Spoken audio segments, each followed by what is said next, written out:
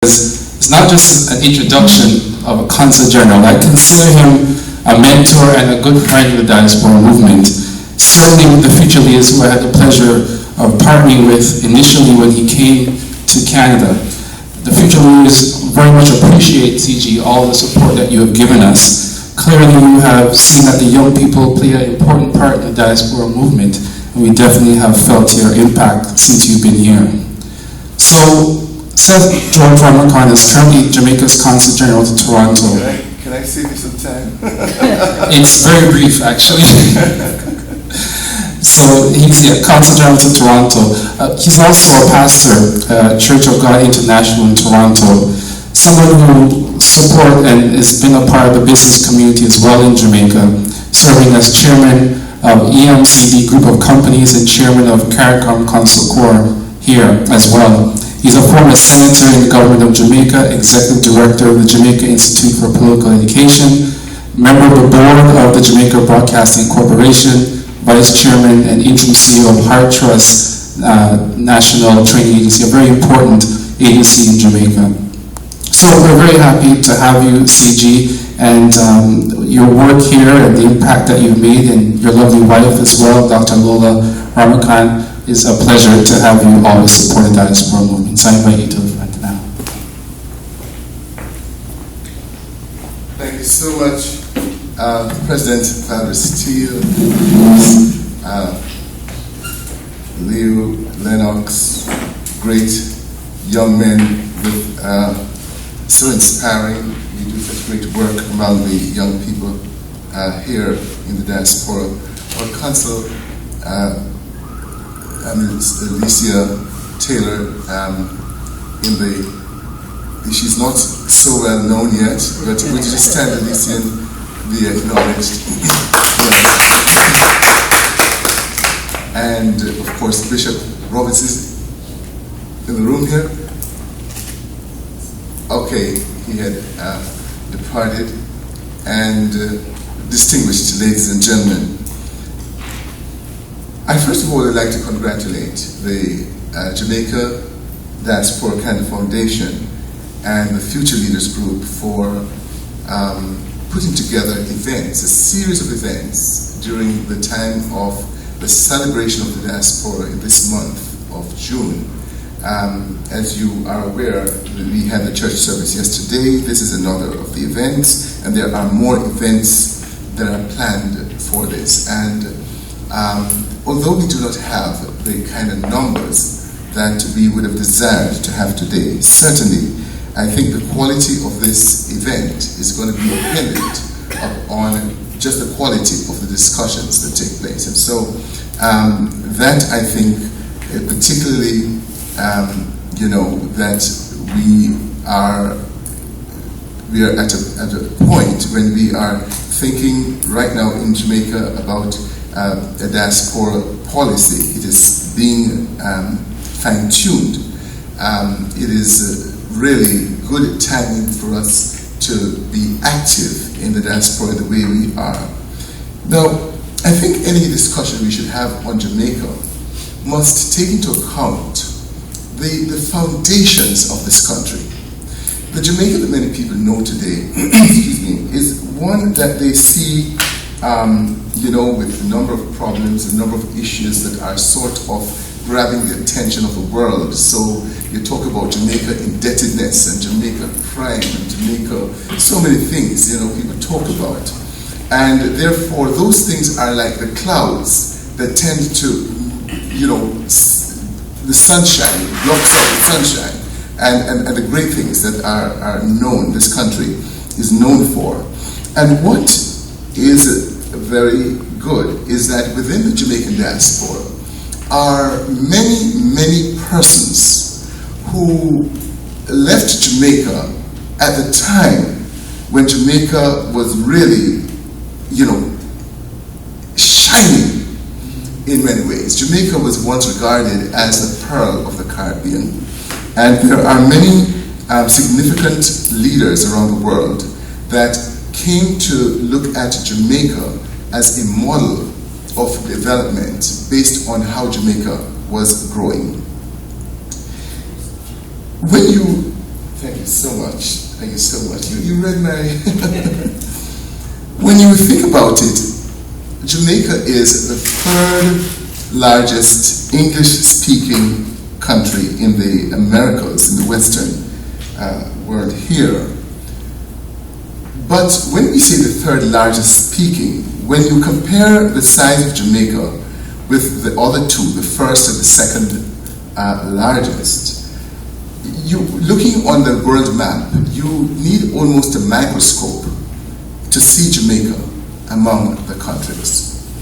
Yet, it is amazing that the Jamaican flag is one of the easiest recognized flags in the world. That's something to think about with a country's size. When you think about it, Jamaica's presence in the world has had such an impact. Some would say we punch above our weight. You take, for example, that back in the is it 57 or in the 60s? The date is missing me there. But when apartheid was at its highest, and the world was looking on in this monster called apartheid, that Jamaica was the country in the world that took steps to place sanctions against South Africa, acting like a world power, a superpower, a giant, so that many countries would afterwards follow to place sanctions against South Africa. You take the problem of injustice, of the racial injustices across the world, that whilst it was at its peak, it was a Jamaican by the name of Marcus Mosiah Garvey that left the shores of Jamaica and went into countries like England, like America, like Canada, and gave inspiration and impetus to the black peoples and the oppressed peoples of those worlds. So much so that the BBC acknowledged that the work of Marcus Garvey actually gave impetus to the civil rights movement of America. So that one can say the event of the election of a black president to the United States of America finds its origin and its roots in the work of Marcus Mosiah Garvey. You must not forget these things. You must not forget that Jamaica is an international player. That today we celebrate Human Rights Day, but not knowing that the discussions for the Human Rights Day was mooted by Jamaica at the United Nations. And the discussions were pursued so that today the world celebrates an International Human Rights Day. These are not small things.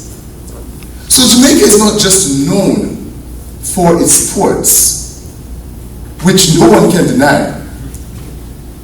It is something that is a tradition that Jamaican athletes, from as far back as you can think, have led the world and have always been winners.